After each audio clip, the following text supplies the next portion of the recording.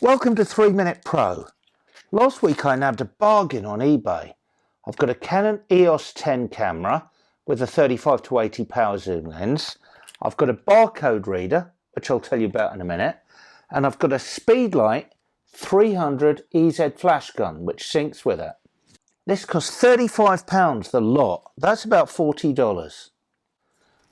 The EOS 10 was introduced in 1990 and it replaced the EOS 620, which was the previous top of the range model. Along the top you can see the on button. You just move it off of the L for lock and it's turned on. This is the dial for changing any of the settings, and you've got all the different modes here. You've got a program, shutter and aperture priority, you've got a depth of field preview, you've got a anti-camera shake mode which keeps the shutter speed fast enough so that you don't get blurred with the appropriate lens.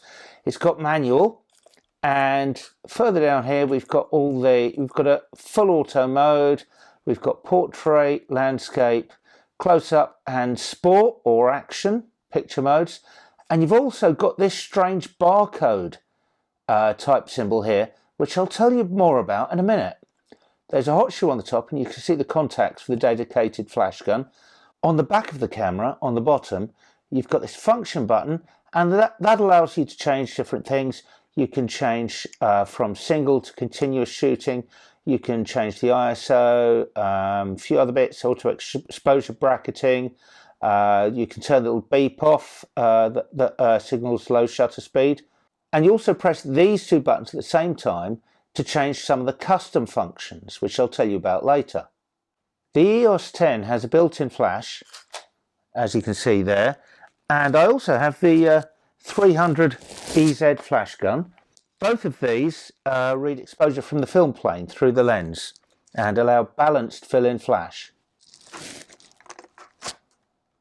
There are 3 focus sensors in a line. The camera will select which sensor is over the nearest subject and use that for focusing, or you can select which sensor to use. Metering is 8-zone evaluative, which is excellent for getting automatic exposure correct. Before evaluative metering was invented, older cameras had center-weighted metering, so your automatic mode was only reliable if your subject was in the center of the frame. The camera has a 5 frames per second motor drive. 7 seconds and you've got through a whole roll of film. Now what about this barcode that's on the top dial that we talked about earlier? It allows you to have more picture modes using a barcode reader. Here it is. This booklet has a page for every type of picture that you want to take. So if you look through, you've got things like different portrait modes, you've got some settings for taking pictures of children, close-ups and so forth. Now this works as follows. You've checked which type of photograph you're taking. Say there's a cat sitting on a white chair with a white background. You have to look through all this. There's no index there, so you've got to go through every picture. Oh, that's exactly what I want. Then you use the barcode reader to scan, and then you line up the barcode reader with the camera just there, and it'll transfer all the settings required to take that picture. This never caught on. And for the life of me, I can't understand why, to be honest.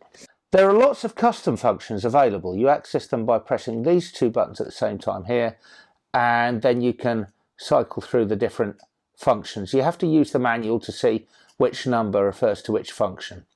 The zoom lens that comes with the camera is really pretty useless. You can see it's quite noisy. You've no idea what focus distance has been set or what the zoom setting is, and it uses up battery power. And if you look up reviews for this lens, it's not the sharpest lens you can buy. You can get much better.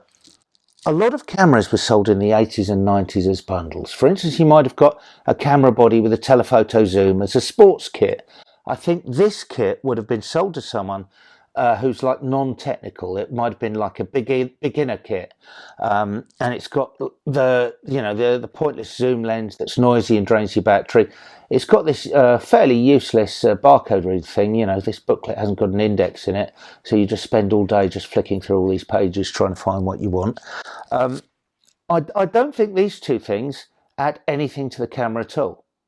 I think the camera itself is a very capable piece of kit. It was one of the top cameras in the Canon line, and I think if you remove that lens and you put on the older Canon 35 to 70 and you reset some of the custom functions, I think you've got a very, very capable camera that can probably take any sort of pictures that you want. It's not small, but then it was very advanced for its time. And I don't think you'll get a better buy for about £30.